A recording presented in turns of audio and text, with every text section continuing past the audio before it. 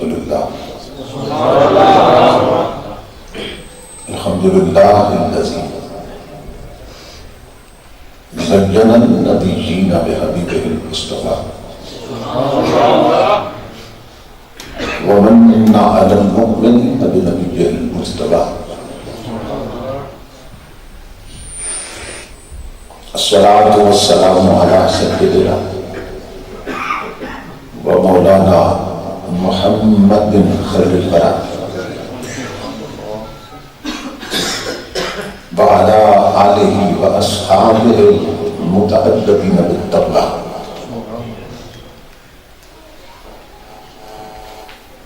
اما بعد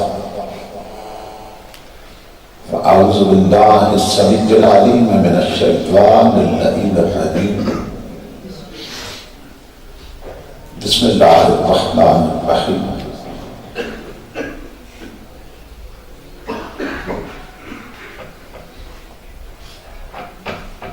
فاذکروا آلاء اللہ لعلکم تفلحون.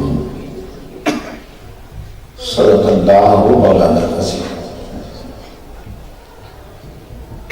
ان اللہ وملائکتہ یصلون علی النبی یا ایھا الذین آمنوا صلوا علیہ وسلموا تسلیما.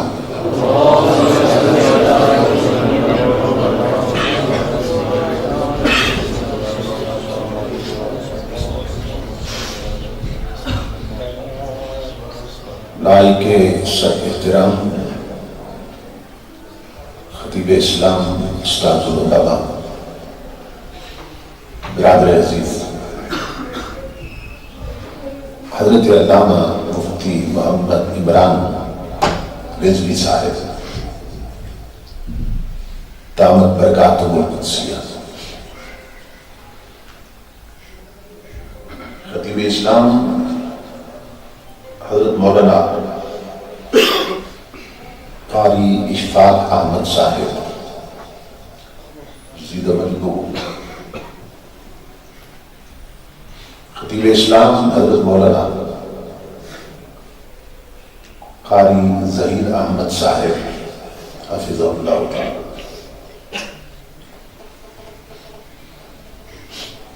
دیگر معزز مشائخ و علماء کرام اور محترم حاضرین و سامعین، اللہ رب العزت کا لاکھ لاکھ شکر ہے کہ جس نے اپنی توفیق خاص سے آپ کو اور مجھے اپنی بارگاہ میں حاضری کا شرف عطا کیا اور بارگاہ رسالت مآب صلی اللہ تعالی علیہ وسلم گلہائے عقیدت پیش کرنے کی سعادت عطا فرمائی. اس عظیم الشان پروگرام کے انعقاد پر میں آپ تمام حضرات کی خدمت میں بالعموم انجمن خاک مدینہ بیکڑا کے جملہ کارکنان، وابستگان، سرپرستان اور معاونین کی خدمت میں بالخصوص دل کی عطا گہرائیوں سے ہدیہ تبریک و تحسین پیش کرتا ہوں اور دعا کرتا ہوں کہ اللہ رب العزت دوستوں کی اس محنت کو، ہم سب کی حاضری کو اپنی پاک بارگاہ میں قبول منظور فرمائے. میں استاد العلماء حضرت علامہ مفتی محمد عمران رضوی صاحب تو شکر گزار ہوں کہ ان کے حکم کی تعمیل میں تاریخ کا تعین ہوا اور میں اس پاکیزہ مجلس تک پہنچا. آج کا پروگرام اس عظیم عنوان پہ قائم کیا گیا، اس کی مناسبت سے میں نے آپ حضرات کی خدمت میں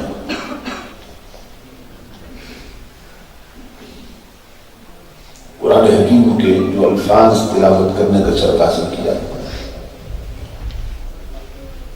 ان میں اللہ رب العزت نے ہمیں حکم دیا اس کی نعمتوں کا ذکر کیا جائے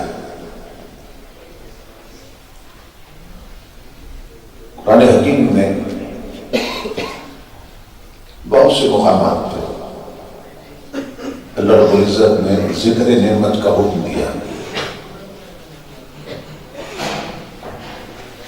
اور ایک مقام پہ تحدیث نعمت کا حکم دیا.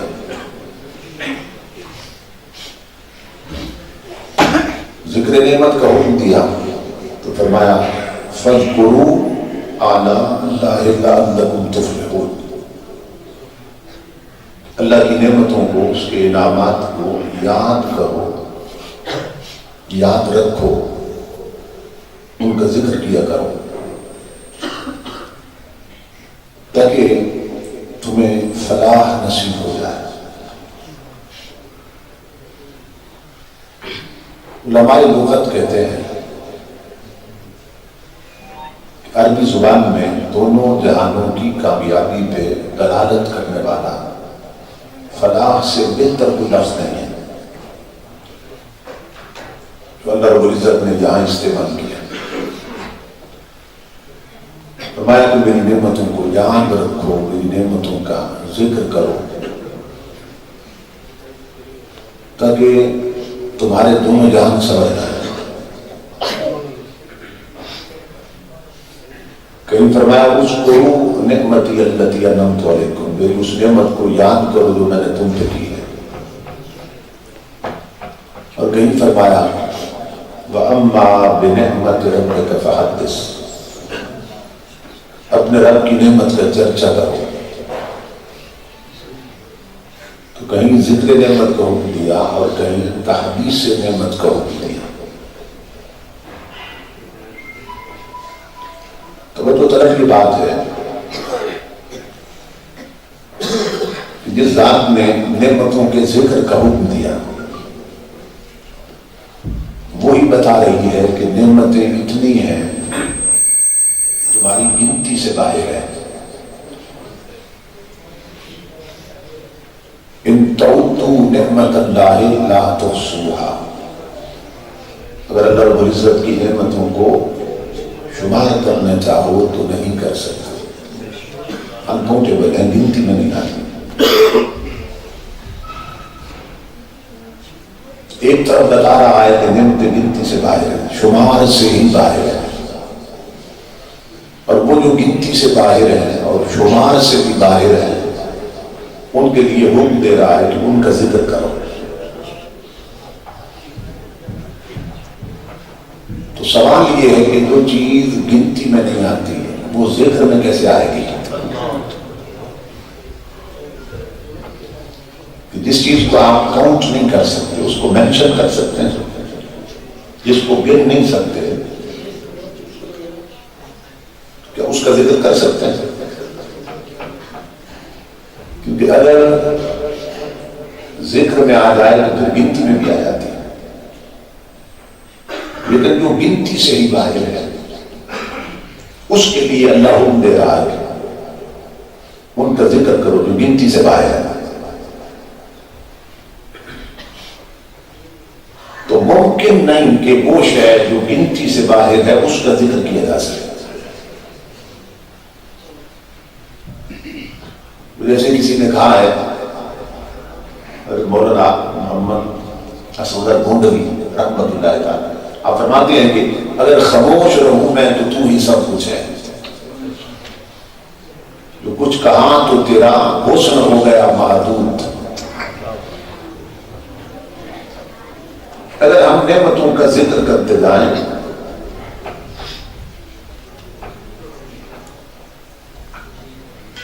وہ ذکر ایک مقام پہ جا کے ختم ہو جائے. اس کی تو ایک حد ہے نا.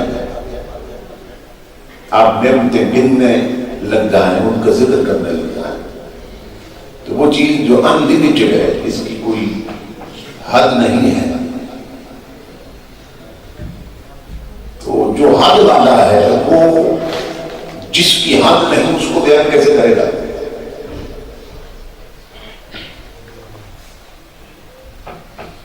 مالا یدرک کیف یوصف،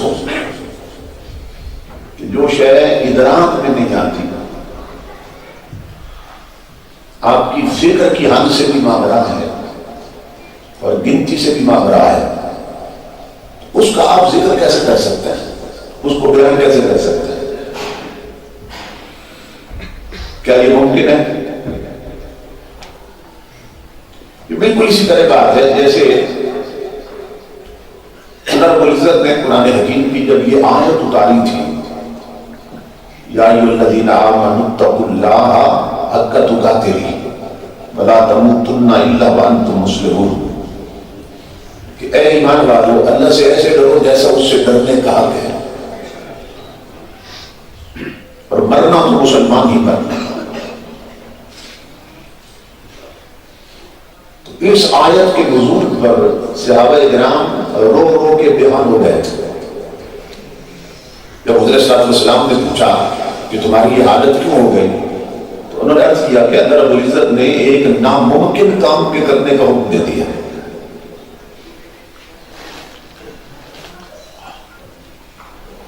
کہ وہ فرما رہا ہے کہ مجھ سے ایسے ڈرو جیسا ڈرنے کا حق ہے۔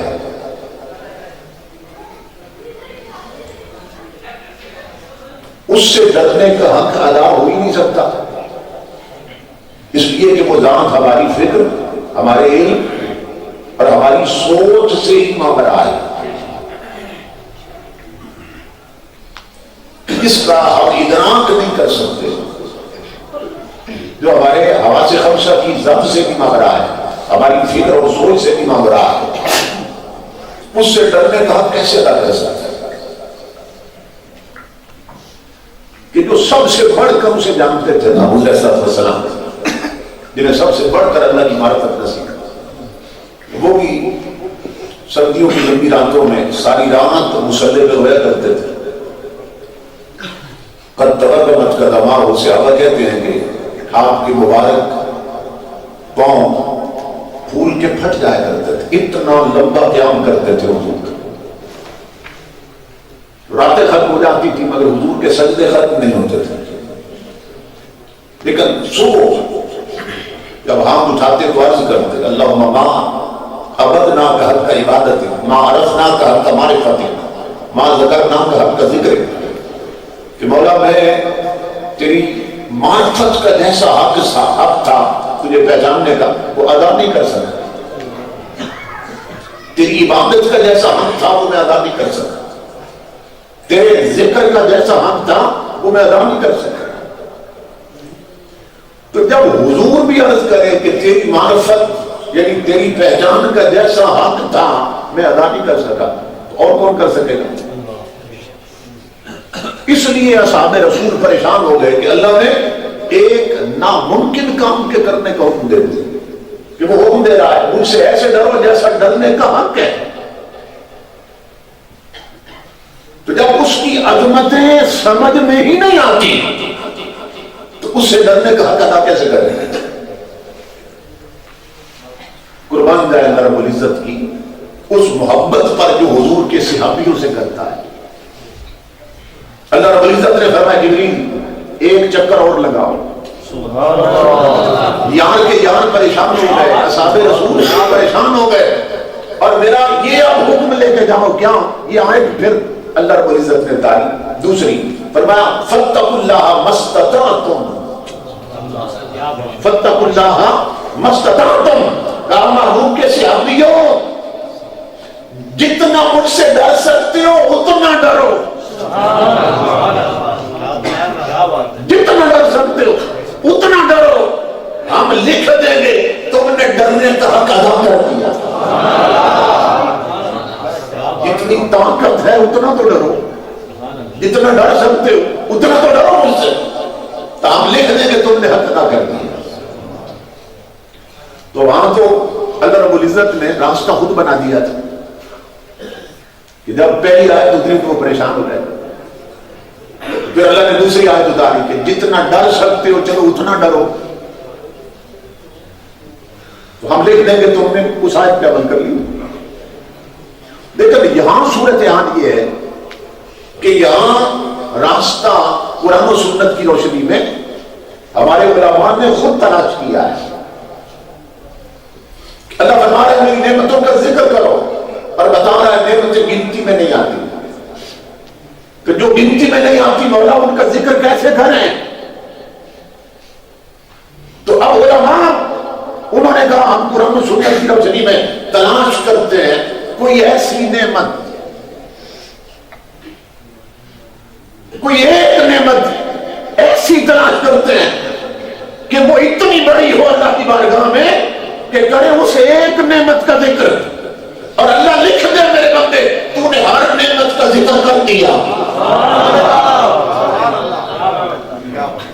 وہ ایسی نعمت جو آل ان ون ہو جائے، آل ان ون ہو جائے کہ وہ اتنی بڑی ہو اور اللہ کو اتنی محبوب ہو اور اللہ کی بارگاہ میں اس کا یہ مقام ہو کہ کرے اس ایک نعمت کا ذکر اور لکھ دیا جائے ہر نعمت کا ذکر کر دیا. تو امام الانبیاء کے علماء جب تلاش کیا وہ نعمت کیا ہے تو تمام محدثین علماء پکار اٹھے کہ وہ نعمت وجود مصطفیٰ ہے. نعمت کیا ہے؟ تاجدار کائنات کا وجود،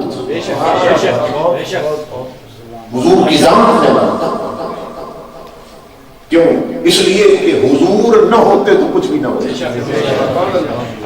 وہ جو سب سے بڑی نعمت ہے وہ ہے وجود مصطفیٰ صلی اللہ علیہ وسلم، حضور کی ذات. کیوں؟ اللہ فرماتا ہے لولاک لما خلقت الافلاک ولا اللوح ولا القلم ولا العرش ولا الکرسی ولا الارض ولا السماء. اللہ فرماتا ہے میرے حبیب اگر تو نہ ہوتا تو میں کچھ بھی نہ بناتا. نہ عرش بنتا، نہ لوح بنتی، نہ قلم بنتا، نہ جنت ہوتی، نہ دوزخ، نہ دنیا ہوتی، نہ زمین ہوتی، نہ آسمان. تو سب کچھ ہوا حضور کے صدقے میں. تو جتنی نعمتیں ہیں وہ سب ہمیں ملی حضور کے صدقے میں. یعنی حضور اتنی بڑی نعمت ہے کہ جن کے سبب سے ہر نعمت بنی اور پھر بٹی. یہ تین جملے یاد رکھیے. جس کے سبب سے نعمت بنتی ہے نا اسی کے سبب سے بٹتی بھی ہے، تقسیم ہوتی ہے. جس کے سبب سے بنتی ہے. تو یہ قرآن و سنت سے ثابت ہے، حدیث قدسی سے ثابت ہے. اللہ فرماتا ہے میں نے ہر شے بنائی حبیب کے لیے. نبی صلی اللہ علیہ وسلم کی جو اسماء صفاتی ہیں نا ان میں دو اسماء صفاتی یہ بھی ہیں وجہ وجود کائنات، باعث تخلیق کائنات. امام الانبیاء اس کائنات اور پوری کائناتیں ان کے وجود میں آنے کا سبب ہے. حضور کے سبب سے اللہ رب العزت نے کائنات بنائی، ساری دنیا بنائی. اور یہاں تک فرما دیا اللہ نے لولاک لما اظہرت الربوبیہ. تو میں اور چیزیں تو کیا، میں نے تو اپنا رب ہونا بھی ظاہر کیا تو یار کے صدقے میں. میں اپنے رب ہونے کا اعلان نہ کرتا اگر محمد مصطفیٰ نہ ہوتے. تو ہر شے بنی حضور کے. یہ زمین اور یہ آسمان اور لوح و قلم اور عرش و کرسی اور یہ دنیا. لولاک لما خلقت الدنیا. اللہ فرماتا ہے کہ اگر میرے حبیب آپ نہ ہوتے تو میں یہ دنیا نہ بناتا. تو اس کا مطلب یہ ہے کہ ہم سب اور سب کچھ بنا حضور کے صدقے میں. بات یہاں ختم ہوگی. یہاں تک تو سمجھ گئے کہ ہر شے بنی حضور کے صدقے میں اور پھر بن کے بچی بھی حضور کے صدقے میں اور بچ کر اگر بچی ہے تب بھی حضور کے صدقے میں. بنی بھی حضور کے صدقے میں، بچی بھی حضور کے صدقے میں اور کہیں بچی بھی تو حضور کے صدقے میں.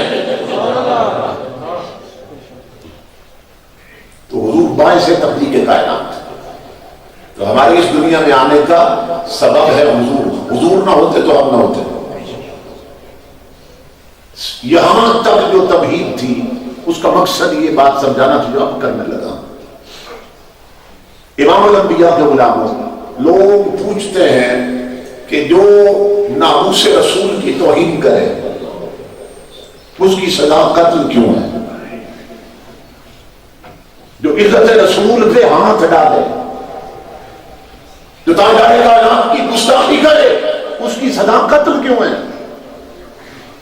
اس کی سزا قتل اس لیے ہے کہ اسے وجود ہی ملا حضور کے صدقے میں.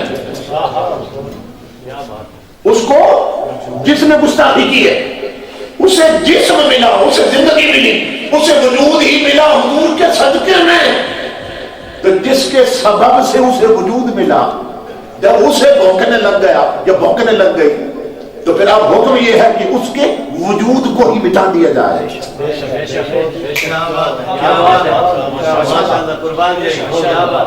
اس پر میں ایک مثال دیتا ہوں. تمام دنیا کے جو ملک ہیں، مسلمانوں کے یا کافروں کے، وہاں کا قانون یہ ہے کہ جو اس ملک کا رہنے والا اس ملک کی غداری کرے اس کو قتل کر دے. یہ تمام دنیا کے ملکوں کا قانون، بے شک اس وطن کا باسی ہو، وہیں پیدا ہوا، وہیں پلا بڑا، وہیں زندگی گزاری اس نے، لیکن اگر ملک کا غدار ہے تو مار دو، ختم کر دو. کیوں؟ کہ جس زمین سے پیدا ہوا، جن ہواؤں نے اسے پالا، جہاں پلا بڑا، تو جب زمین اور مٹی کا وفادار نہیں تو حق یہ ہے کہ اس کا وجود مٹا دیا جائے. اسے تو کوئی نہیں کہتا یہ دہشت گردی ہے. یہ قانون تمام ملکوں کا ہے. اسے تو کوئی نہیں کہتا یہ تو سختی ہے. اس قانون کو تمام مانتے ہیں. جو ملک کا غدار ہے اسے مار دو، کیونکہ جن فضاؤں میں وہ پلا ہے، جب ان کا وفادار نہیں رہا، جس زمین سے وہ نکلا ہے جب اس کا وفادار نہیں تو پھر اس کے وجود کو مٹا دیا جائے. تو یہی تو ہم کہتے ہیں کہ یہاں جس کو وجود ملا، مومن یا کافر ہے، وجود ملا محمد عربی کے سبب سے. تو جس کے سبب سے بنا، جب اس کا نہیں بنا اور اسے بھونکنے لگا تو اب حق یہ ہے اس کے وجود کو مٹا دیا جائے اور اس کا خاتمہ کر دیا جائے. امام الانبیاء کے غلاموں، قرآن حکیم میں اللہ رب العزت نے بتایا کہ تاجدار کائنات ہمارے لیے کیا حیثیت رکھتے ہیں. فرمایا النبی اولیٰ بالمؤمنین من انفسہم. اس کے 3 معنی ہیں، میں ایک معنی عرض کرنے لگا ہوں. اللہ فرما رہا ہے کہ میرا نبی مومنوں کی جان سے بڑھ کر ان کا مالک.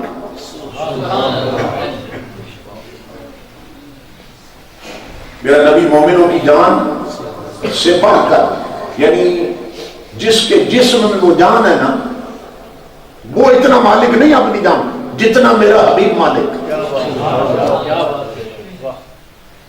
کہ مومنوں کی جان سے بڑھ کر میرا حبیب مالک. امام الانبیاء کے غلام، اب اس پر نقطہ سننا آپ نے غور سے. آپ جانتے ہیں کہ جو خودکشی کرتا ہے وہ حرام موت مرتا ہے. سوسائڈ کرنے والا، خودکشی کرنے والا حلال موت مرتا ہے یا حرام موت؟ تو توجہ طلب بات یہ ہے کہ اس نے کسی کا تو نقصان نہیں کیا، اس نے تو اپنی جان لی ہے نا، پھر حرام موت کیوں مرا؟ اگر کسی کی جان لے تو یہ بات تو عقل میں آتی ہے اس نے دوسرے کا نقصان کیا، اس لیے اسے پھانسی دینی چاہیے. لیکن جس نے جان ہی اپنی لی ہے، کسی کا تو نقصان نہیں کیا، تو پھر حرام موت کیوں مرا؟ تو یہی نقطہ قرآن سمجھا رہا ہے. حرام موت اس لیے مرا کہ یہ جان اس کی نہیں تھی، مالک مصطفیٰ ہے. یہ جان اس کی نہیں ہے، اس کے مالک کملی والے ہیں. اور حرام موت اس لیے مرا کہ اس نے مدینے والے کی ملکیت میں ہاتھ ڈالا ہے. مالک حضور تھے اور اس نے جان لی. جان حضور کی تھی. امام الانبیاء کے غلاموں، یہ ہے مقام مصطفیٰ کہ اپنے جسم کے اندر یہ اپنی جان ہم خود لیں تو حرام موت مرتے ہیں، اور غازی ممتاز کی طرح یار پہ وار دیں تو شہید بنتے ہیں۔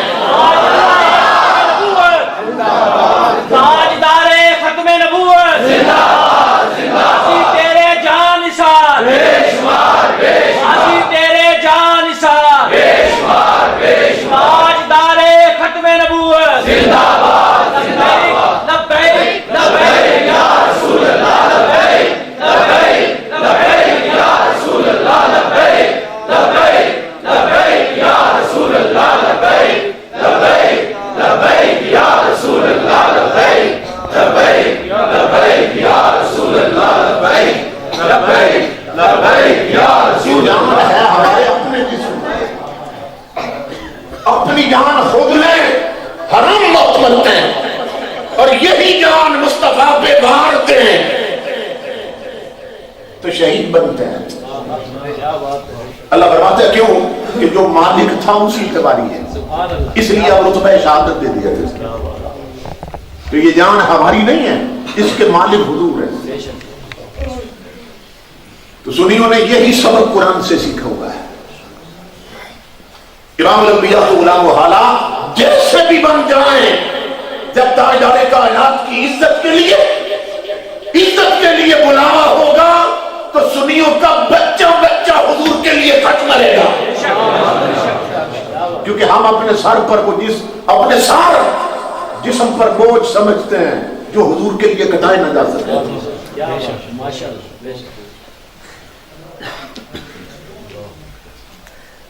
یہ ذہن میں رکھیے کہ جس کے اندر یہ جذبہ نہ ہو اس کا ایمان ہی ثابت نہیں ہوتا۔ حضور کے لیے جان دینے کا جس کے اندر جذبہ نہ ہو، امام الانبیاء کے لیے قربان ہونے کا جس کے اندر جذبہ نہ ہو، اس کا ایمان ہی ثابت نہیں ہوتا۔ یہ ذہن میں رکھیے۔ امام الانبیاء نے فرمایا لا یؤمن احدکم حتی اکون احب الیہ من والدہ وولدہ والناس اجمعین۔ یہ سنتے رہتے ہیں آپ۔ آقا فرماتے ہیں کہ تم اس وقت تک مومن نہیں بن سکتے جب تک اپنی اولاد، ماں باپ اور سب سے بڑھ کر مجھ سے پیار نہ کرو۔ اور ایک میں ہے حتی من نفسک، ایک حدیث میں حتیٰ کہ اپنی جان سے بڑھ کر مجھ سے محبت نہ کرو، اس وقت تک مومن نہیں بن سکتے۔ جان سے کم تر ہونا کسی سے پیار ہے، اس کو تعلق کہہ سکتے ہیں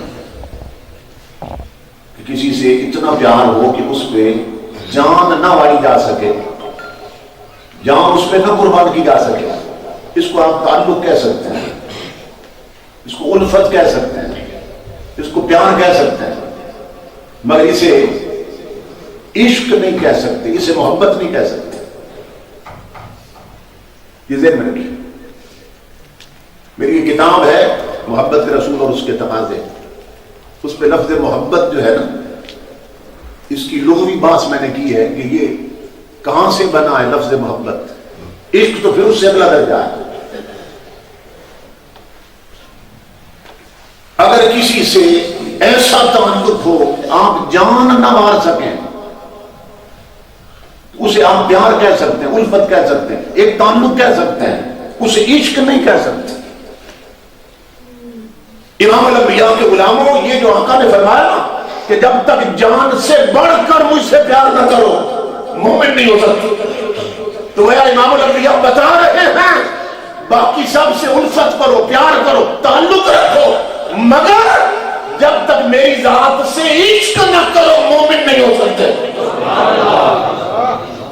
کیونکہ جس کے لیے جان بھی ماری جائے اس کے ساتھ تعلق کو محبت نہیں کہتے، عشق کہتے ہیں۔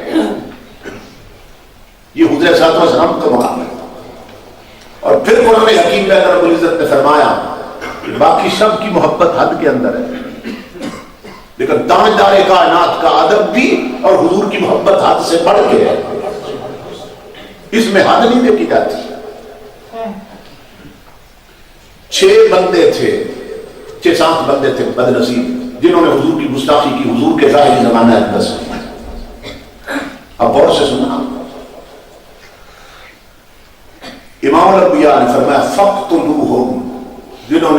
گستاخی کی ہے انہیں مار دو، انہیں قتل کر دو، فقتلوہ، انہیں مار دو۔ مگر حدیث پڑھتا ہوں پوری، یہاں بات ختم نہیں کی حضور نے۔ کیوں؟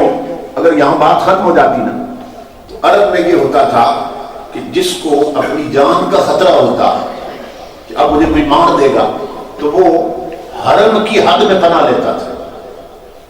جو حدود حرم تھی نا اس میں جب داخل ہو جاتا تو بڑے سے بڑے مجرم کو پناہ دے دیتے تھے اور پھر اسے قتل نہیں کرتے تھے۔ تو جو حرم شریف ہے، کعبہ شریف جو قبلہ ہے ہمارا، اس کی ایک حرمت ہے، ایک عزت ہے، اس کی جو لیمٹس بنی ہوئی ہیں نا، حدود حرم جنہیں کہتے ہیں، وہ کئی میل باہر تک جاتی ہیں چاروں طرف۔ تو وہ پھر اس حد میں چلے جاتے تھے اپنی جان بچانے کے لیے۔ بڑے سے بڑا مجرم جب اس حد میں ہوتا پھر اسے نہیں مارتے تھے، قتل نہیں کرتے تھے۔ بھائی اب حرم کی حد میں پناہ لے لیجیے، کعبے کی ایک حرمت ہے، ایک عزت۔ امام الانبیاء نے آگے کیا فرمایا؟ جنہوں نے حضور کی گستاخی کی ان کے لیے آقا نے فرمایا فَقْتُلُوهُمْ حَيْثُ وَجَدتُّمُوهُمْ،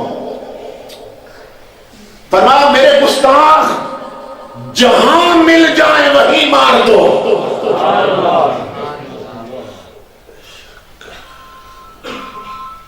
میں نے بتایا ہے حضور کی عزت اور حضور کی محبت کس کے لیے حد نہیں رکھی اللہ نے۔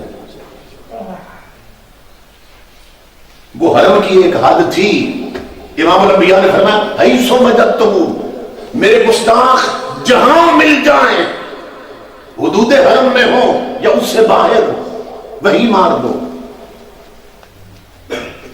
اور سنیے، اس سے ابھی حدیث ختم نہیں ہوئی، امام الانبیاء نے بات اس سے بھی آگے بڑھا دی تاکہ پتہ چلے مقام مصطفیٰ کی کوئی حد نہیں ہے۔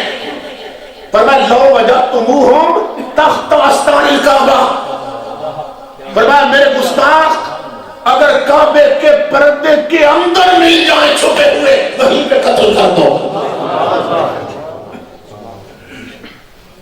کعبے کے اوپر جو غلاف ہے آپ نے دیکھا ہوا ہے، زیارت کی ہوئی ہے، تو کعبے کے اوپر جو غلاف ہے اس کے اندر اگر کوئی چھپ جائے تو یا اس کا سینہ کعبے سے لگے گا یا اس کی پشت کعبے کے ساتھ لگ رہی ہوگی، پردے کے اندر جو چلا گیا۔ مگر امام الانبیاء کیا فرما رہے ہیں کہ میرا گستاخ اس پردے کے اندر مل جائے وہیں پہ مار دو۔ حدود حرم کی تو بات ہی الگ رہی نا، پر میں خود کعبے سے لپٹا ہوا ہونا میرا گستاخ، اسے وہیں پہ مار دو۔ کعبے کی عزت کتنی ہے، کعبے کی حرمت کتنی ہے کہ وہاں آپ ایک چڑیا نہیں مار سکتے۔ حدود حرم میں چڑیا، ایک چھوٹا سا پرندہ جس کی عزت اور حرمت کا حال یہ ہے کہ وہاں آپ ایک چھوٹا سا پرندہ نہیں مار سکتے۔ تمہارے میرے نبی فرما رہے ہیں وہاں بندہ ملے تو مار دو، بندہ مار دو وہیں پہ، کعبے کے پردے کے اندر چھپا ہوا۔ کون؟ جس نے میری گستاخی کی ہے۔ تو اب علماء نے، شراح حدیث نے سوال اٹھایا کہ کعبے کے پردے کے اندر چھپے ہوئے کو قتل کر دیں تو پھر کعبے کی عزت کا کیا بنے گا؟ کہ جس کی حرمت اور مقام یہ ہے وہاں پرندہ نہیں مار سکتے، آقا فرماتے ہیں بندہ مار دو۔ اب کعبے کی عزت کہاں گئی، اس کی حرمت کہاں گئی؟ تو شارحین نے لکھا، آقا یہ سمجھانا چاہتے ہیں کعبہ تنہا ہو تو پھر اس کی یہ حرمت ہے کہ پرندہ بھی نہیں مار سکتا، لیکن اب صورتحال یہ ہے ادھر ہے کعبہ، ادھر ہے محمد علی، ادھر ہے ذات مصطفیٰ، ادھر ہے خدا کا گھر کعبہ۔ اگر کسی نے تمہارے نبی کی عزت پہ حملہ کیا، گستاخی کی، اور کعبے کے پردے کے اندر بنا لے رہا ہے، تو آقا بتا رہے ہیں میرے امتیوں اب کعبے کی حرمت نہ دیکھتے رہنا، اب کعبے کی عزت نہ دیکھتے رہنا، کیا کرنا؟ کعبے کی حرمت اپنے نبی کی عزت پہ قربان کر دینا۔ اب کعبے کی حرمت کو حضور پہ قربان کرنا ہے۔ مگر اپنے نبی کی بے حرمتی نہ ہونے دینا. فرمایا کعبے کے اندر مل جائے وہیں پہ مار دو. کیوں؟ اس لیے کہ جس کے سینے میں مصطفیٰ کا ادب نہیں وہ کعبے کا لگتا کیا ہے؟ اس بدبخت کا رشتہ کیا ہے کعبے کے ساتھ؟ اس لیے کہ یہ کعبہ نہ بنتا اگر تاجدار کائنات نہ تشریف لاتے، بلکہ اس کعبے کو بھی وجود ملا حضور کے صدقے میں. اب دو عزتیں تھی، ایک طرف کعبے کی ایک طرف کملی والے کی. فرمایا اگر محبوب کی عزت پہ حملہ ہو جائے تو پھر کعبے کی حرمت نہ دیکھتے رہنا، کعبے کی عزت کملی والے کی عزت پہ قربان کر دے اور میرے گستاخ وہیں قتل کر دے. اعلیٰ حضرت نے یہاں نقطہ بیان کیا اس لیے کہ تمہارا نبی کعبے کا بھی کعبہ ہے، کعبے کا بھی کعبہ ہے. سب کا قبلہ کعبہ ہے مگر کعبے کا قبلہ ذات مصطفیٰ ہے. کعبے کا قبلہ حضور کی ذات. اس پر اعلیٰ حضرت نے لکھا ہے حاجیوں آؤ شہنشاہ کا روزہ دیکھو. کعبہ تو دیکھ چکے اب کعبے کا کعبہ دیکھو. کیوں؟ جب مکہ فتح ہوا امام الانبیاء فاتحانہ شان کے ساتھ مکہ میں نہ داخل ہوئے حضور صلی اللہ علیہ وسلم. آپ نے فرمایا اینا بلال، بلال کو بلا. حضرت بلال حاضر ہوئے. امام الانبیاء نے فرمایا بلال کعبے کی چھت پہ چڑھ جاؤ اور آزان دو. آج کوئی گھوڑا یاد نہیں آیا، کالے رنگ والا یاد آیا. فرمایا بلال کعبے کی چھت پہ چڑھ جاؤ آزان دو. کیوں؟ جس کی گلیوں نے تیرے جسم پہ کوڑے برستے دیکھے، جس کی مٹی نے تیرے جسم کو گھسیٹتے ہوئے دیکھا ہے اپنے اوپر، گرم مٹی پر گرم ریتوں، اور جس کی گلیوں نے تیرے سینے پر گرم پتھر دیکھے ہیں، بلال اب ان گلیوں میں رب کا نام بلند کرو. کعبے پہ امر رسول اللہ بلالا ان یؤذن علی زار الکعبہ فاذن علی زارها. حضور نے حکم دیا بلال کعبے کی چھت پہ چڑھ کے اذان. امام الانبیاء کے غلام حضرت بلال کعبے کی چھت پہ کھڑے ہیں. اب علماء نے باس کی اس بات پہ کہ حضرت بلال نے منہ کدھر کیا تھا، کیونکہ جہاں بھی ہم نماز پڑھتے ہیں یا آزان دیتے ہیں منہ کرتے ہیں کعبے کی طرف. حضرت بلال نے بھی زندگی بھر جہاں آزان دی تھی وہ کعبے کی طرف کیا تھا، نمازیں پڑھی تھی وہ کعبے کی طرف کیا تھا. لیکن اب کعبہ تو حضور نے ان کے پاؤں کے نیچے کر دیا. بلال تھے کعبے کے اوپر کھڑے، اب حضرت بلال نے منہ کدھر کیا تھا. تمام علماء لکھتے ہیں کہ کعبے پر چڑھ کر بلال نے آزان دیتے ہوئے منہ مصطفیٰ کی طرف کیا تاکہ دنیا کو پتہ چل جائے محمد عربی کعبے کے بھی کعبہ ہے. اعلیٰ حضرت کوئی شاعرانہ تعلیم نہیں دکھاتے کہ جیسے غالب اور میر تقی میر کا کلام ہے. اعلیٰ حضرت حدیث پڑھتے ہیں پھر اس پہ شعر کہتے ہیں، آیت پڑھتے ہیں پھر اس پہ شعر کہتے ہیں. تو یہ بات دیکھی اعلیٰ حضرت نے تو فرماتے ہیں حاجیو آؤ شہنشاہ کا روزہ دیکھو. کعبہ تو دیکھ چکے اب کعبے کا کعبہ دیکھو. حضرت بلال نے کیا سمجھا دیا؟ فرمایا نادان یہ سبق یاد رکھنا صحابیوں، کعبے پر بھی چڑھ جاؤ تم کملی والے سے رخ نہ پھیرو، کیونکہ حضور کعبے کے بھی کام ہے. امام الانبیاء نے خود حکم دیا تھا میرے گستاخ مار دو. آج کچھ اینکر بھی کہتے ہیں اور کچھ لوگ کہ دیکھو جی حضور علیہ الصلوۃ والسلام تو اپنے دشمنوں کو معاف کر دیتے تھے، تو یہ معاف کرنے کا حق سے حضور کا تھا. حضور اپنے دشمنوں کو معاف کر دیں یہ حق ہمارے پاس نہیں ہے، یہ حق صرف حضور کے پاس تھا اور آقا چلے گئے. اب قیامت تک امت کو حکم یہ کہ میرا گستاخ جہاں ملے وہیں مار دو. خود وہ معاف کرے تو ان کا اختیار اپنا ہے. ہم حضور کے گستاخ کو معاف نہیں کر سکتے، کیونکہ ہم معاف کریں تو ہم مومن نہیں رہتے. حضرت امام مالک سے کسی نے پوچھا تھا اگر حضور کی گستاخی ہو جائے مسلمانوں کو کیا کرنا چاہیے؟ فرمایا جس نے کی اسے مار دے. تو کہا اگر یہ نہ کر سکے فرمایا پھر خود مر جائیں. پھر ان کے زندہ رہنے کا کوئی حق نہیں. اگر مصطفیٰ کے گستاخ کو مسلمان قتل نہ کر سکے پھر خود مر جائیں. پھر ان کے زندہ رہنے کا مقصد کیا ہے؟ اور یہ یاد رکھو امام الانبیاء کے غلام کہ تمام نمازیں تمام عبادتیں حضور کے ادب کے بغیر کبھی قبول نہیں ہوتی. اگر سینے میں حضور کی تعظیم نہ ہو, حضور کا ادب, اور ادب بھی حد سے بڑھ کے نہ ہو. صحابہ کرام کا حال یہ تھا, یہ صحیح بخاری میں ہے, ما تنخم النبی نخامۃ الا وقعت فی کف رجل منهم فدلک بها وجهه جلدا.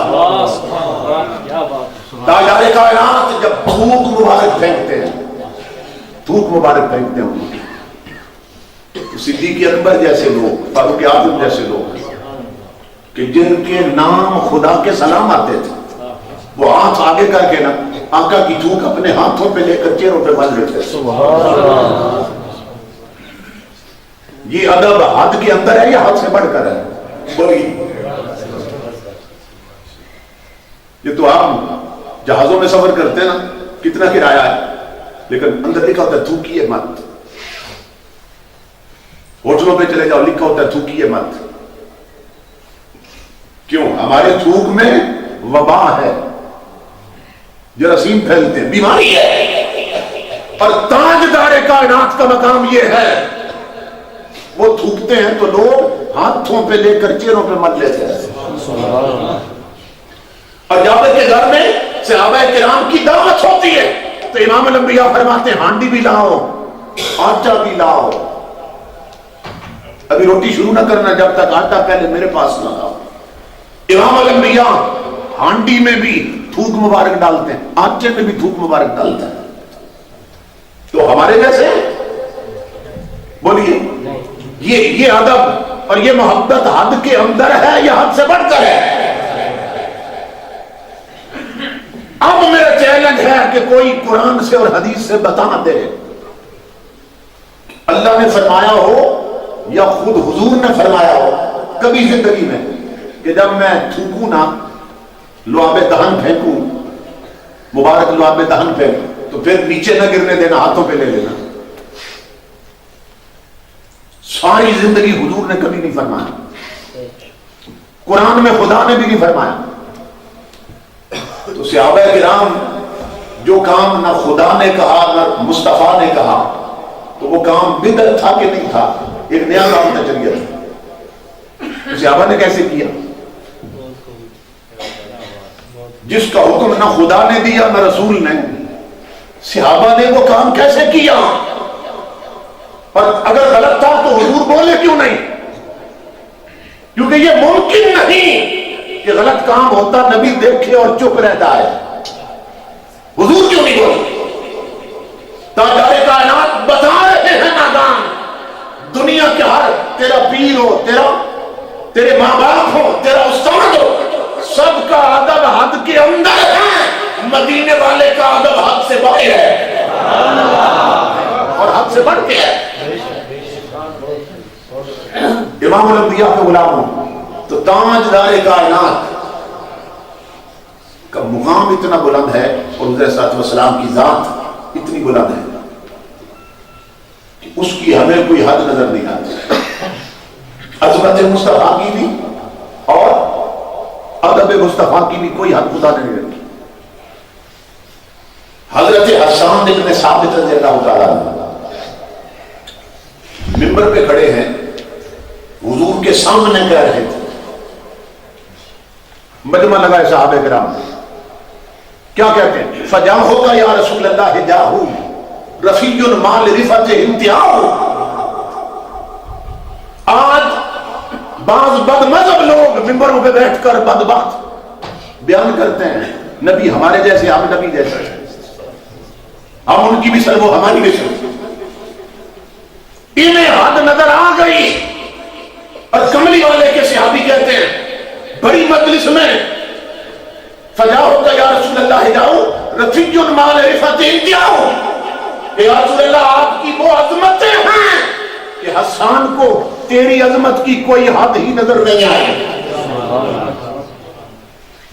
تیری شان اور تیرا مقام اتنا بلند ہے مدینے والے کہ تیرے صحابی حسان کو تیری عظمت کی کوئی حد ہی نظر نہیں آئی. فجاؤ یا رسول اللہ جاؤ رفیع المال رفعت انتہاؤ. بڑھتے گئے حضرت حسان بڑھتے گئے. سننا جب اس شعر پہ پہنچے نا فَإِنَّ أَبِي وَوَالِدَتِي وَإِرْضِي لِعِرْضِ مُحَمَّدٍ مِنْكُمْ بِقَاؤُ کہ مدینے والے میری ماں بھی تجھ پہ قربان، باپ بھی قربان، اولاد بھی قربان، میری جان بھی قربان. کالی کملی سے حضور کا ہاتھ نکلا تھا. اس شعر پر میرے آقا نے فرمایا حسان خوشخبری سن لو، ساری دنیا جنت کی مشتاق ہے، آج کے بعد جنت تیری مشتاق ہے. نعرہ رسالت، نعرہ تحقیق، نعرہ حیدری، تاجدار ختم نبوت، تاجدار ختم نبوت. اس شعر پر آ کے تاجدار کائنات نے خوشخبری دی. جب پکار اٹھے فَإِنَّ أَبِي وَوَالِدَتِي وَإِرْضِي لِعِرْضِ مُحَمَّدٍ مِنْكُمْ بِقَاؤُ کہ میری ماں بھی قربان آپ کی عزت پر، میرا باپ بھی قربان، اولاد بھی، جان بھی قربان، سب کچھ قربان. آقا کو اس وقت ہاتھ اٹھا فرمایا حسان سن لو خوشخبری، ساری دنیا جنت کی مشتاق ہے، آج کے بعد جنت تیری مشتاق ہے. دنیا کی طلب ہے ہم جنت جائیں، خود جنت کی طلب ہے میرے اندر حسان آئے کہ تو نے ہر شہر بھرنے کا اعلان کر لیا. تو یہ نا حضور کی محبت میں جو قدم اٹھایا جاتا ہے جان بانٹنے کا اور قربانی کا، یہ 100 سال کی منزلیں طے کروا دیتا ہے. 100 سال کی منزلیں طے ہو جاتی ہیں. اقبال نے کہا اسی مقام پر عشق کی ایک جست نے طے کر دیا قصہ تمام. عشق کی ایک جست نے طے کر دیا قصہ تمام، اس زمین و آسمان کو بھی کرا سمجھا تھا میں. تو میں دیکھتا تھا زمین آسمان میں بڑا فاصلہ ہے، بڑی مسافت، مگر تاجدار کائنات کے عشق کا ایک قدم اٹھا ہے اور آسمان پیچھے رہ گیا، میں آگے نکل گیا. اور اقبال ایک اور مقام پہ کہتا ہے عجب کیا گر مہو پروی میرے نخچیر ہو جائیں، عجب کیا گر مہو پروی میرے نخچیر ہو جائیں کہ بر فطرات صاحب دولت بستم سر خود را. کہتا ہے اگر زمین پہ کھڑا ہو کر میں چاند تاروں پہ کمند ڈالنے لگ جاؤں اور وہاں شکار کھیلنے لگ جاؤں تو میری اس بلندی پر حیران نہ ہونا مسلمانوں کہ اقبال اتنا اونچا کیسے چلا گیا. کہتا ہے میں اتنا اونچا اور بلند اس لیے ہوا کہ میں نے اپنے سر کے بال کملی والے کے نالین کے تسموں سے باندھے ہوئے ہیں.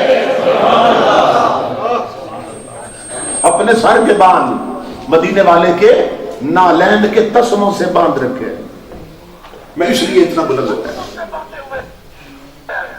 ہر عزت تاجدار کائنات کے غلاموں حضور کی چاکری اور غلامی سے ملتی ہے. اللہ رب العزت نے اسی زمانے میں ہمیں غازی ممتاز کا حال دکھایا کہ نہیں دکھایا؟ لیاقت باغ میں جنہوں نے جنازہ پڑھا وہ بتا سکتے ہیں کتنے لوگ تھے؟ اندازے ہی ہیں سب کے. پاؤں رکھنے کی جگہ نہیں مل رہی تھی. یہ جو پھانسی دیتے ہیں نا، پھانسی کیوں دی جاتی ہے؟ پھانسی دینے کا مقصد کیا ہے، حکمت کیا ہے، کیوں پھانسی دیتے ہیں؟ کہ جس کو پھانسی دی ہے نا، جس کو جرم سمجھ کے اسے پھانسی دی ہے تاکہ پچھلے ڈر جائیں جو زندہ ہیں اس دنیا میں کہ آئندہ ہم نے یہ کام نہیں کرنا ہے. پھانسی اس لیے دی جاتی ہے. بات سمجھ آ رہی ہے؟ کیوں پھانسی دیتے ہیں؟ تاکہ پچھلے ڈر جائیں اور وہ کام نہ کرے. کہ جس کام کے کرنے پر اسے پھانسی دی گئی. بات اسی طرح ہے. وہ حکومت نے تو پھانسی دی تھی پر پچھلے ڈر جائیں گے کہ آئندہ ہم نے حضور کی کوئی بھی گستاخی کرے اسے قتل نہیں کرنا، کیونکہ غازی ممتاز نے کیا تھا تو اسے پھانسی دے دی گئی. گورنر سلمان تاثیر کو قتل کیا تھا، وہ بھوکا تھا نا، گستاخی کی تھی، اس لیے پھانسی دی حکومت نے غازی صاحب کہ پچھلے ڈر جائیں کہ آئندہ ہم نے گستاخ کو ختم نہیں کرنا ہے.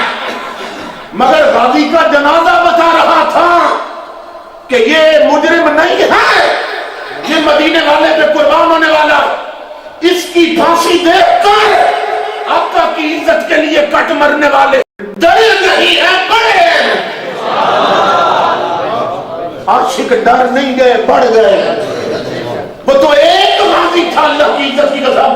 جنازہ دیکھو تو تمہیں معلوم ہوگا کہ ہر مومن غازی ممتاز بن چکا ہے. انہوں نے اس کتیا کو آج جو بھوکی ہے عیسائی عورت، اور اس کو انہوں نے پناہ دے رکھی ہے، میں کہتا ہوں ذرا اسے آج ذرا کھلا چھوڑ کے تو دیکھو.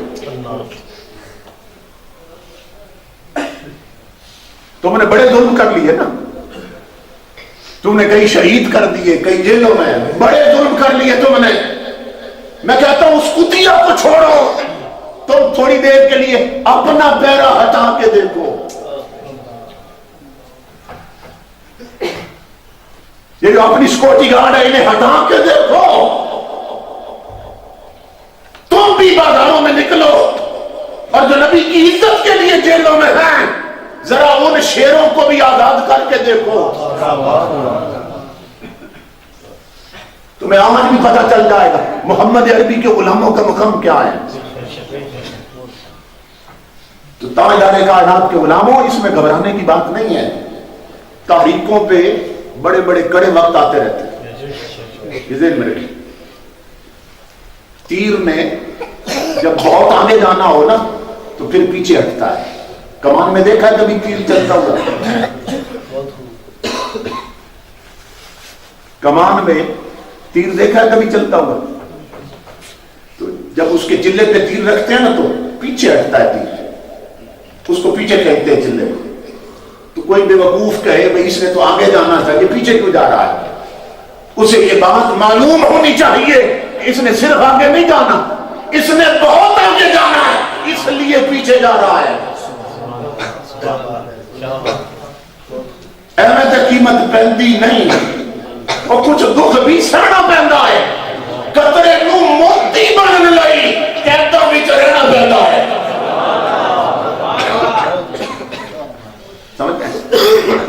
صدایں درودوں کی آتی رہیں گی جنہیں سن کے دل شانت ہوتا رہے.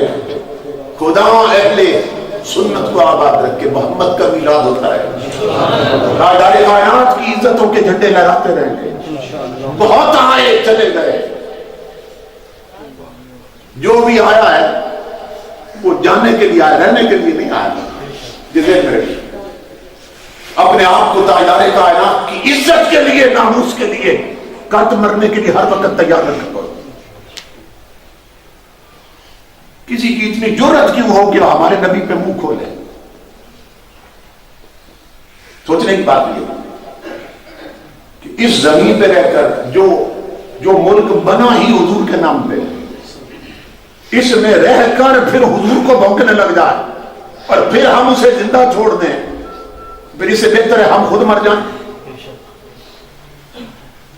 امام الانبیاء کے غلام حضرت پیر سیدنا میر علی شاہ رحمۃ اللہ تعالی علیہ، جن کی پوری زندگی ایک گستاخ کے ساتھ ٹکر میں گزری تھی. مرزا غلام احمد قادیانی ملعون، جس نے حضور کے ختم نبوت پہ ہاتھ ڈالا اور اس نے کہا میں بھی نبی حضور کے ساتھ. پیر صاحب کی پوری زندگی اس کے ساتھ ٹکر میں گزری. تو پیر صاحب اللہ کے وہ ولی ہے کہ دشمن بھی مانتے بھی اللہ کے ولی تھے. سبحان اللہ. دشمن بھی مانتے ہیں. اس کو دوسرے علماء نے بھی اپنی کتابوں میں لکھا ہے اور میں انہی کی کتاب کا حوالہ دے رہا ہوں کہ جب یہ فتنہ اٹھا تھا ختم نبوت کا ختم نبوت کے خلاف اس نے یہ اعلان کیا کہ میں بھی نبی معاذ اللہ استغفر اللہ، اس ملعون میں لعنتی میں۔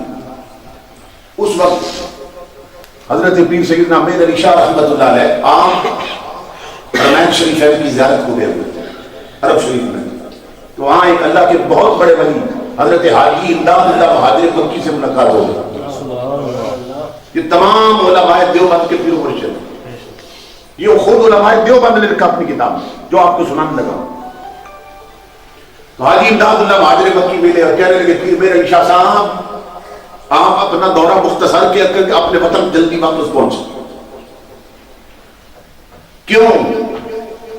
اس لیے کہ آپ کے وطن میں، ابھی پاکستان نہیں بنا تھا، پارٹیشن سے پہلے کی بات، آپ کے ملک میں ایک فتنہ کھڑا ہو گیا ہے، یہ ختمیت محمدیہ پہ جو ہاتھ ڈالا گیا اور مرزا نے جو اعلان کی، یہ ایک فتنہ کھڑا ہو گیا آپ کے ملک میں، آپ جلدی وطن واپس پہنچے۔ کیوں؟ کہ تاجدار کائنات نے اس فتنے کا سر کچلنے کے لیے میرے علی شاہ کا انتخاب کیا ہے۔ وہ حضور کی طرف سے ڈیوٹی پہ آئے تھے، یہ منصب حضور کی طرف سے انہیں عطا کیا گیا، پھر پوری زندگی حضرت پیر سیدنا امیر علی شاہ اس فتنے کے خلاف جنگ کرتے رہے۔ بتانا یہ چاہتا ہوں، یہ آخری بات، کہ آپ فرماتے ہیں حضرت پیر سیدنا امیر علی شاہ کہ حضور کی عزت کے لیے، حضور کی ناموس کے تحفظ کے لیے جو حضور کا امتی 2-4 قدم بھی چلتا ہے نا، 2-4 قدم بھی چلتا ہے کہ میں اپنے آقا کی عزت کے دفاع میں نکلا ہوں، آپ فرماتے ہیں اللہ کی عزت کی قسم اس کی پشت پر کملی والے کا ہاتھ آتا ہے۔ ختم نبوت زندہ باد، زندہ باد، لبیک لبیک لبیک یا رسول اللہ، لبیک لبیک لبیک یا رسول اللہ، لبیک لبیک لبیک یا رسول اللہ، لبیک لبیک لبیک یا رسول اللہ، لبیک لبیک لبیک یا رسول اللہ، لبیک لبیک لبیک یا رسول اللہ، لبیک لبیک لبیک یا رسول اللہ، لبیک لبیک لبیک یا رسول اللہ، لبیک۔ بار مصلی کے نفل اور سجدے وہ مقام نہیں دیتے جو تاجدار کائنات کی عزت کے تحفظ کے لیے ایک قدم اٹھانے سے مل جاتا ہے۔ اس سے بڑی عبادت کوئی نہیں ہے۔ اللہ رب العزت ہمیں اسی عقیدے اور اسی مسلک پہ قائم رکھے اور اسی پہ ہمیں موت آئے اور اسی میں ہمارا حشر ہو۔ جب یہ غازی مرید حسین، یہ بلہ کڑیانہ میں لیتا ہے، یہ چکوال کے قریب، میں غازی صاحب کے عرس پہ گیا تو وہاں مجھے جو غازی صاحب کے بچپن کے دوست تھے، کلاس فیلو تھے، 80 سال 90 سال عمر ہوگی، وہ اسی کمرے پہ بیٹھے تھے جہاں مجھے بٹھایا انہوں نے، تو وہ بتانے لگے کہ جب غازی صاحب کا جنازہ ہو چکا اور ان کے جو شیخ تھے وہ خلفائے سیان شریف میں سے تھے، جو غازی مرید حسین کے پیر تھے، انہوں نے جنازہ پڑھایا، تو جنازہ پڑھا کر انہوں نے اعلان کیا تھا جنازے میں کہ اس غازی نے چونکہ تاجدار کائنات کی عزت کے لیے سولی پہ چڑھا ہے، قربانی دی ہے، اعلان سن لو، یہ حضور کی طرف سے خوشخبری سنائی گئی ہے کہ غازی کی جہاں قبر بنے گی نا، اس سے لے کر کعبہ شریف تک اس کی سیدھ میں جس کی قبر بنے گی اس کی بخشش ہو جائے گی۔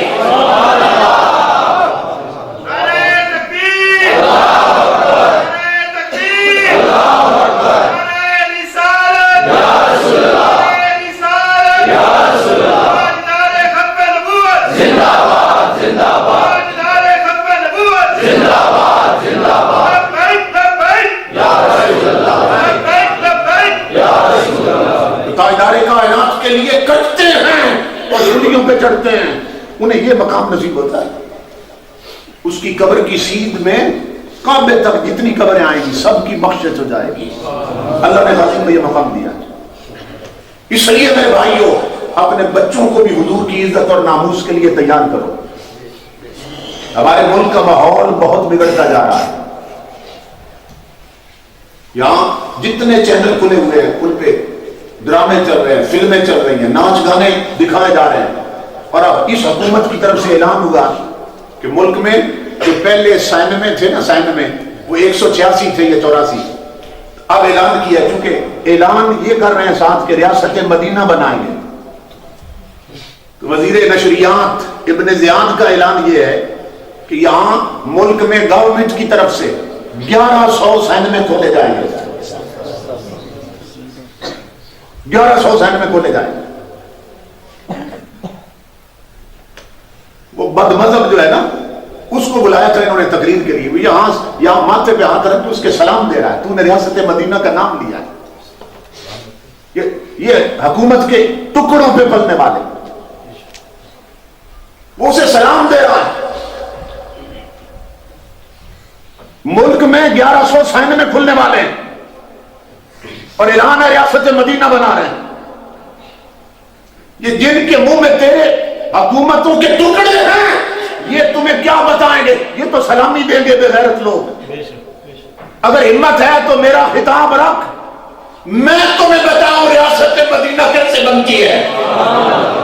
علماء حق اہل سنت زندہ باد، علماء حق اہل سنت زندہ باد.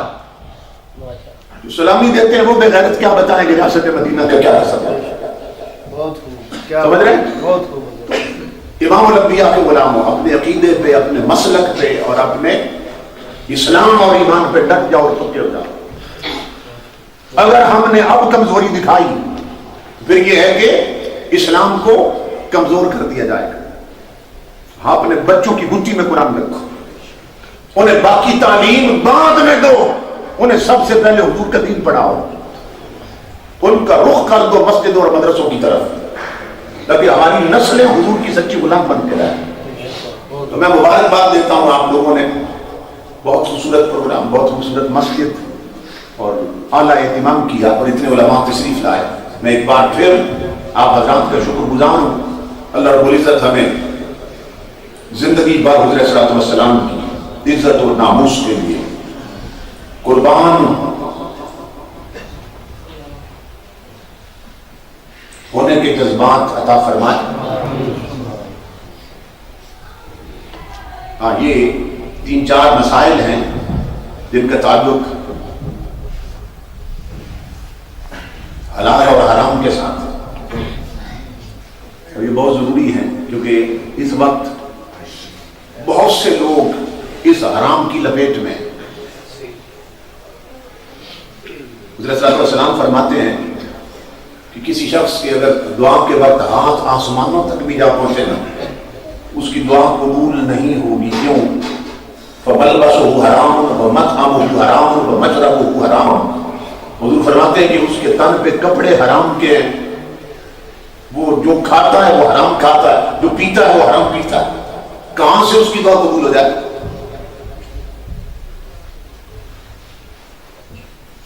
تو بہت سی چیزیں ہیں جو ہیں حرام، مگر ہمارے لوگوں کو پرواہ نہیں ہے. اور اس کی بھی حضور نے خبر دی تھی. یہ جو مزاج بن چکا ہے نا کہ کھاتے پیتے حرام ہے، پہنتے حرام ہے، رہتے حرام مکانوں میں، حضور کی امت کا خون نچوڑا ہوا ہے. حرام کی کمائی سے کوٹھی بنی اور بغیر اوپر لکھوا دیتے ہیں ھذا من فضل ربی.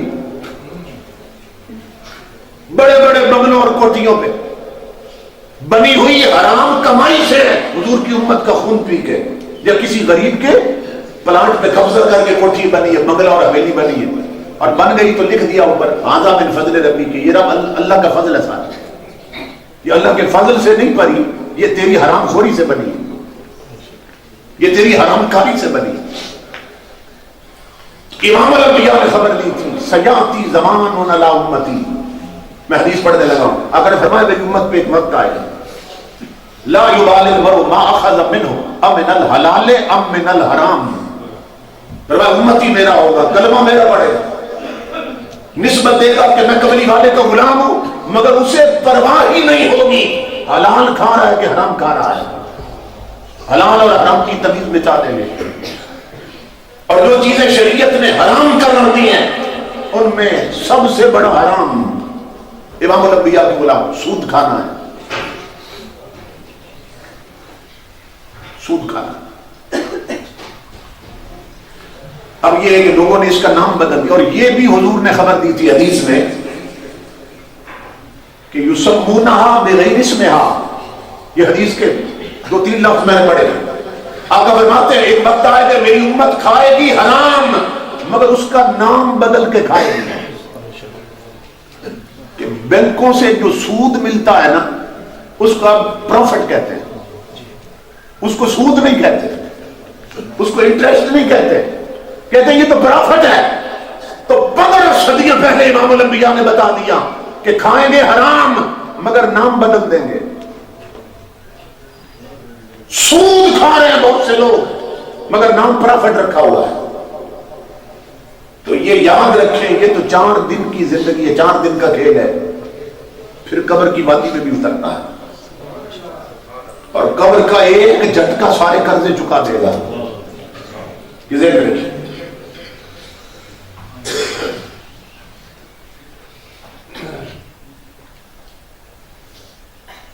سود کا ایک لقمہ حضور فرماتے ہیں جس نے کھایا نا اس نے 36 بار گویا اپنی ماں سے بدکاری کی ہے۔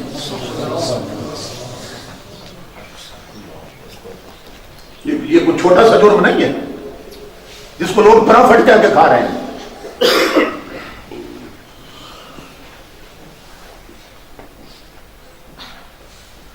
اور قرآن حکیم میں اللہ رب العزت 2 جرم ایسے ہیں جن پر اللہ رب العزت نے اعلان جنگ کیا ہے کرنے والوں کے خلاف۔ 2 قسم کے مجرم ہیں جن کے خلاف اللہ کہتا ہے میرا اعلان جنگ ہے۔ ان 2 میں سے ایک وہ مجرم ہے جو سود کھاتا ہے، سود کھانے والے لوگ۔ اللہ فرماتا ہے میرا ان کے خلاف اعلان جنگ ہے۔ ہمارے ملک کے حالات کیوں نہیں بدل رہے؟ 5 سال قوم سسکتی رہتی ہے، تڑپتی رہتی ہے، الیکشن کی منتظر ہوتی ہے کہ آگے الیکشن ہوگا تو پھر شاید کچھ حالات بدل جائیں، مگر حالات پہلے سے بھی بدتر ہو جاتے ہیں۔ ایک سے ایک بڑھ کر احمق اور بے دین ملک کے تخت پہ آ جاتا ہے۔ کیوں؟ اس لیے کہ ہمارے ملک کا سارا نظام ورلڈ بینک اور IMF کے قرضوں پہ سودی قرضوں پہ چل رہا ہے۔ جب پورے ملک کا سٹرکچر اور ڈھانچہ سود پہ چل رہا ہے تو اللہ فرماتا ہے سود کھانے والوں کے خلاف میں اعلان جنگ کرتا ہوں۔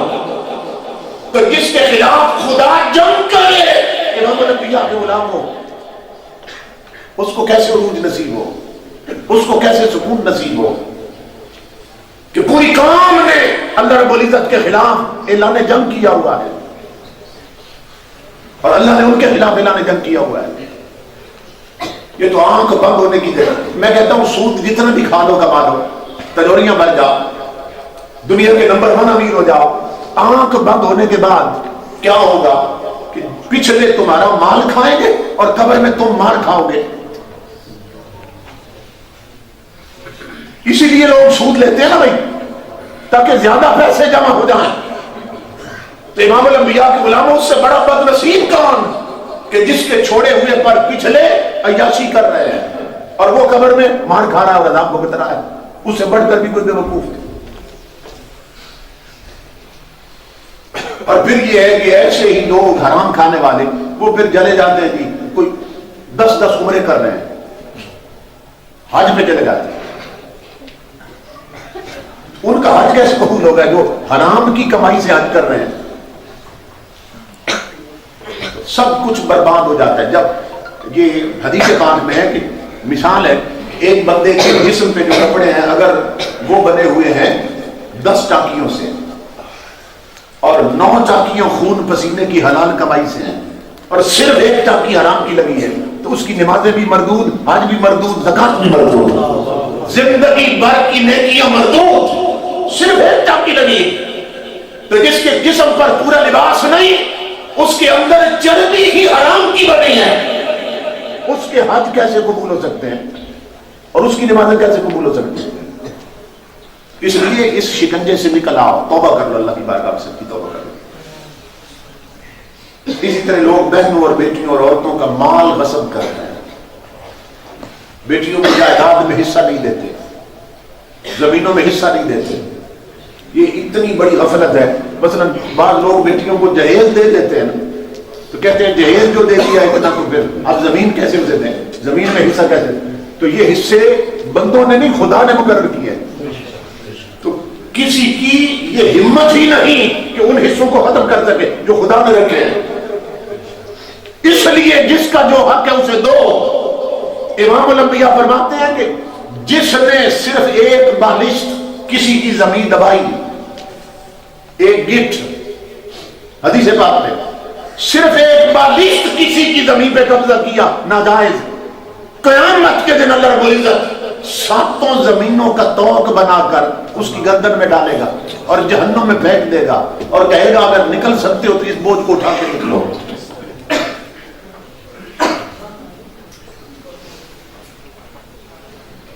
کیا بنے گا؟ آخر مرنا تو ہے، یا تو کہیں کہ مرنا نہیں ہے. خدا کے لیے حرام سے بچیں اور لوگوں کا مال غصب کرنے سے بچیں. جس کا جو حق ہے اسے واپس لوٹائیں. اللہ رب العزت ہمیں حلال کمانے اور کھانے کی توفیق عطا فرمائے. اب طریقہ یہ ہے جب ایسے گناہ ہو جائے نا، علماء بھی ہیں آپ کی سرپرستی کے لیے، تو آپ ان سے پوچھ لیں کہ بعض جرم ایسے ہوتے ہیں کہ جو اللہ کے حقوق کی پامالی سے تعلق رکھتے ہیں، یعنی اللہ کا حق پورا نہیں کیا. نماز پڑھنا اللہ کا، لیکن جائیداد میں حصہ دینا بندوں کا حق ہے. اگر آپ نے ایسا جرم کیا کہ اللہ کا کوئی حق پامال کیا تو پھر یہ ہے کہ اس کی اگر قضا ہے شریعت میں تو قضا کرے، اور پھر یہ ہے کہ اللہ سے معافی بھی مانگے، توبہ کرے سے.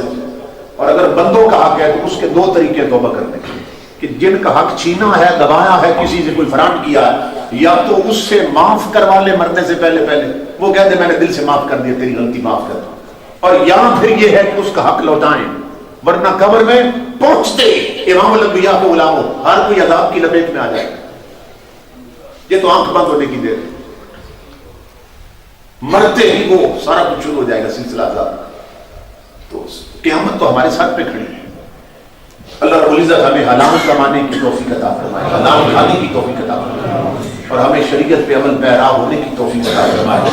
اور ہمارے حکمرانوں کو یہ جو ہم چیختے ہیں نا، یہ صرف اس لیے چیختے ہیں کہ اللہ رب العزت نے انہیں قوت نافذہ دی ہے، ان کے ہاتھ میں اختیار ہے.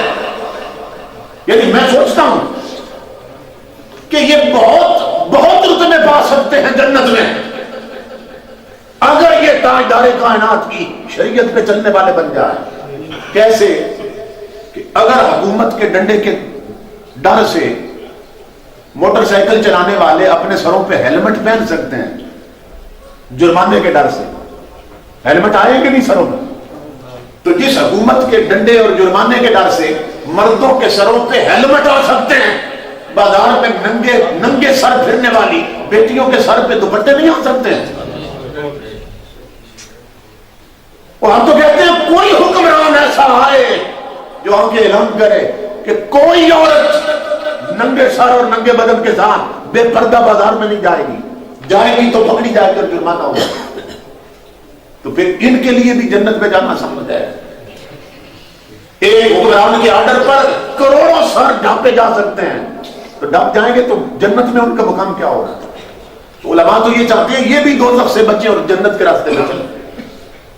اللہ رب العزت ہمیں حق کے راستے پہ چلنے کی توفیق عطا فرمائے، عوام کو بھی حکمرانوں کو بھی. وما علینا الا البلاغ.